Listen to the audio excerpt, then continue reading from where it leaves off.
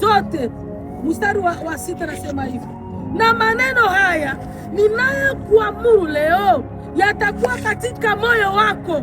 Mstari wa 7 nasema hivi, nawe uwafundishe watoto wako kwa bidii na kuyanena uketipo katika nyumba yako na utembeapo njiani, ulalapo na uondokapo.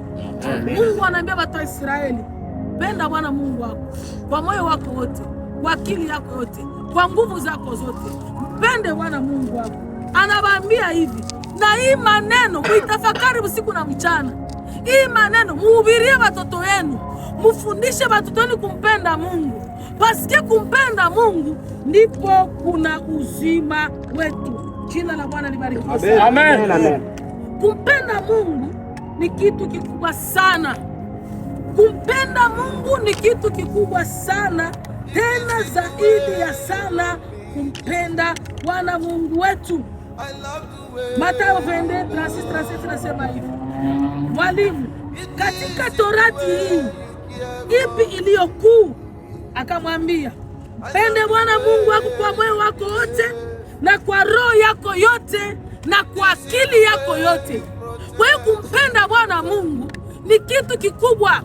Kumpenda Bwana Mungu ni amri kubwa. Ukimpenda Bwana Mungu umeweza maisha ya Ukristo. Ukimpenda Bwana Mungu umeshinda hii dunia. Ukimpenda Bwana Mungu hautapenda hii dunia. Ukimpenda Bwana Mungu maisha yako itakuwa maisha ya kujimultiplia kila siku. Ukimpenda Bwana Mungu atatembea na wewe. Jina la Bwana libarikiwe sana. Haleluya.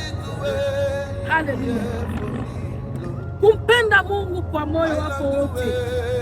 Unatakiwa kumpenda Mungu kwa moyo wako wote. Amen. Haleluya. Amen. Bila masharti yoyote. Unapompenda Mungu kwa moyo wako wote, pende Bwana Mungu kwa moyo wako wote bila masharti yoyote. Luka 17:10 nasema hivi, hivyo hivyo nanyi mtakapokwisha kuyafanya yote mlioagizwa, semeni, sisi tu watumwa, wala sisi tu watumwa wasio na faida, tumefanya tu yaliyotupasa kufanya. Unatakiwa kumpenda Mungu kwa moyo wako wote bila shurti, bila kulazimishwa. Basi unajua mimi niko tu mtumwa wa Mungu, na lazima yangu au jukumu langu ni kumpenda Mungu bila sababu yoyote. Upendo wa Mungu umetoka ndani ya watu. Kupenda dunia imenyonya nguvu ya kanisa.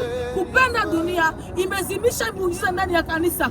Kupenda dunia imezimisha Roho Mtakatifu ndani ya kanisa. Kupenda dunia, ndio maana mnakutana kanisa ya leo mambo mingi inakuwa ya kimwili kwa sababu wanapenda dunia. Na wanapopenda dunia, kumpenda Mungu kunatoka, na kumpenda Mungu kunapotoka michanganyiko ya kiroho inaingia. Mungu atusaidie sana. Haleluya. Amen. Haleluya. Amen. Mungu anatulazimisha tumtafute kwa moyo wote.